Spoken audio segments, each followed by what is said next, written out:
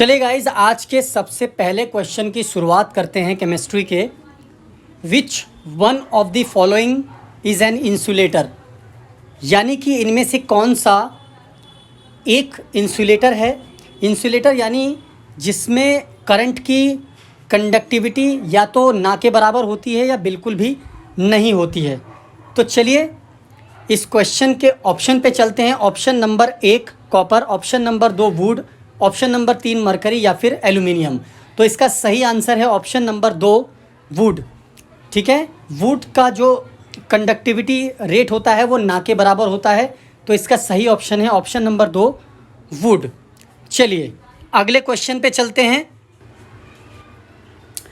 Zeolite is, तो यानी कि जियोलाइट क्या होते हैं। तो देखिए guys, microsporous aluminium silicate containing minerals होते हैं जो आमतौर पर कमर्शियल एड्जॉर्बेंट्स या कैटलिस्ट की तरह यूज़ होते हैं। ठीक है, तो चलिए इनके ऑप्शन पे चलते हैं, यानी कि aluminium silicate, aluminosilicate minerals. चलिए ऑप्शन पे चलते हैं। Number 1 hydrated ferric oxide, number 2 hydrated sodium aluminium silicate, number 3 sodium hexametaphosphate और नंबर 4 सोडियम टेट्राबोरेट। तो इसका सही ऑप्शन है option number 2 hydrated sodium aluminium silicate, यानी कि मिनरल्स ही होते हैं एल्यूमिनो सिलिकेट मिनरल्स। तो इसका ऑप्शन नंबर 2 सही आंसर है। चलिए अगले क्वेश्चन पे चलते हैं। The largest source of pollution in the world is, ठीक है, तो वर्ल्ड में जो सबसे ज़्यादा पॉल्यूशन का कारण बनता है वो इनमें से कौन सा है। तो चलिए ऑप्शन पे चलते हैं। Option number 1 herbicides and insecticides, option number 2 automobile exhausts, option number 3 sewage and garbage और ऑप्शन नंबर 4 इंडस्ट्रियल एफ्लुएंट्स।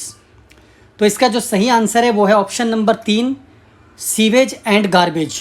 ठीक है गाइज, हमारी ही पॉपुलेशन इनमें सबसे ज़्यादा रिस्पॉन्सिबल है। चलिए अगले क्वेश्चन पे चलते हैं। Acid rain is caused due to pollution of atmosphere by, यानी कि अम्लीय वर्षा हमारे पर्यावरण में किस पॉल्यूशन के कारण होती है, किस पॉल्यूटेंट्स के कारण होती है।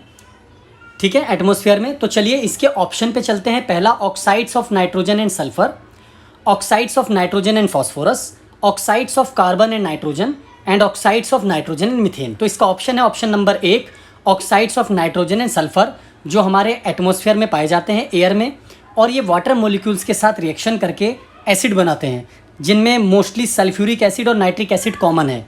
तो ये जो होते हैं एसिड रेन के लिए रिस्पॉन्सिबल होते हैं। इनकी वजह से जो रेन होती है उसे एसिड रेन कहते हैं। तो चलिए ऑप्शन नंबर 1 सही है। चलिए अगले क्वेश्चन पे चलते हैं। At boiling point of liquid its, यानी कि बॉइलिंग पॉइंट ऑफ लिक्विड में इसके क्या चीज़ों पर फ़र्क पड़ता है या क्या चीज़ कांस्टेंट रहती है, इसके क्वेश्चन है ये। इस पे ऑप्शन पे चलते हैं। पहला टेम्परेचर इंक्रीजेस, क्या टेम्परेचर इंक्रीज होता है। नंबर 2 एटमॉस्फेरिक प्रेशर इंक्रीजेस, क्या एटमॉस्फेरिक प्रेशर इंक्रीज होता है। नंबर 3 टेम्परेचर रिमेन्स कांस्टेंट और number 4 vapour pressure decreases.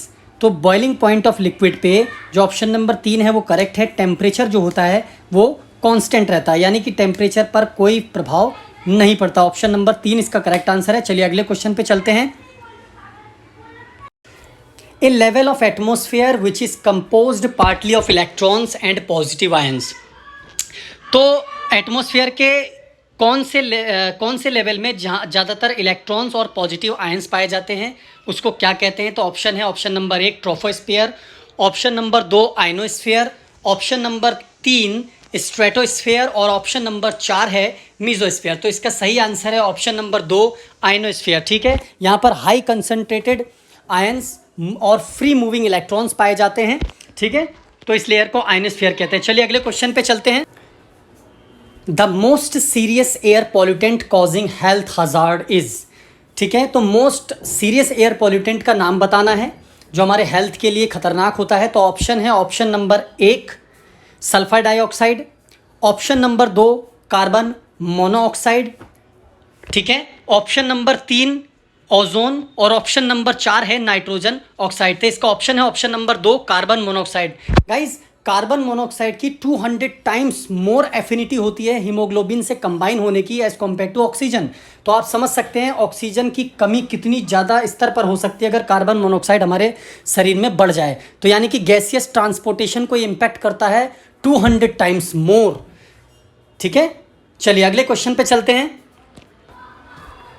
Helium is added to the oxygen supply of deep sea divers. ठीक है, बिकॉज इट इज़। ठीक है, तो डीप सी में जो गोतेखोर होते हैं उनके ऑक्सीजन सप्लाई में हीलियम को क्यों ऐड किया जाता है। देखिए इसके ऑप्शन पहले पढ़ते हैं। Less poisonous than nitrogen, number 2 lighter than nitrogen, number 3 readily miscible with oxygen, और number 4 less soluble in blood than nitrogen at high pressure. तो इसका ऑप्शन है option number 4 less soluble in blood than nitrogen. Because देखिए guys, जब जो गोताखोर होते हैं जब वो नीचे से ऊपर की तरफ आते हैं तो उनके ब्लड में नाइट्रोजन के बबल्स बन सकते हैं। ठीक है, तो इसको अवॉइड करने के लिए ही, और वो ब्लड में लेस सॉल्युबल भी होता है जो हीलियम होता है, इसी वजह से हीलियम का यूज़ किया जाता है इंस्टीड ऑफ नाइट्रोजन। चलिए अगले क्वेश्चन पे चलते हैं। Terylene is a condensation polymerization of ethylene glycol and which acid. ठीक है, तो टेराइलिन जो कंडेंसेशन पॉलीमराइजेशन से फॉर्म्ड होता है वो इथाइलिन ग्लाइकोल के साथ साथ किस एसिड के यूज से बनता है।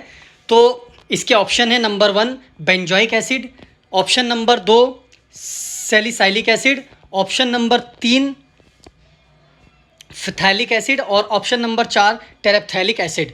तो इसका ऑप्शन नंबर 4 करेक्ट आंसर है टेरेप्थैलिक एसिड। ठीक है गाइस, तो कंडेंसेशन पॉलीमराइजेशन होता है इथाइलिन ग्लाइकोल का टेरेप्थैलिक एसिड के साथ विद रिमूवल ऑफ वाटर, तो टेराइलिन का फॉर्मेशन होता है। चलिए अगले क्वेश्चन की तरफ चलते हैं।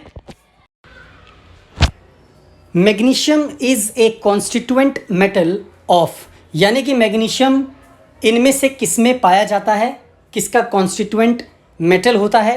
तो इसके ऑप्शन है option number 1 chlorophyll molecule, option number 2 DNA, option number 3 mitochondria, या ऑप्शन नंबर 4 राइबोसोम्स। तो इसका सही आंसर है ऑप्शन नंबर 1 क्लोरोफिल मॉलिक्यूल्स। ठीक है, तो मैग्नीशियम मेटल जो होता है वो क्लोरोफिल मॉलिक्यूल्स का कॉन्स्टिट्यूएंट मेटल है। गाइस ये वीडियो, ये सीरीज़ आपको अगर अच्छी लगे केमिस्ट्री की तो लाइक और शेयर ज़रूर कर दें। जो चैनल पे नए हैं वो चैनल को सब्सक्राइब करना ना भूलें, आपका सब्सक्रिप्शन ही मुझे मोटिवेशन देता है। Thank you.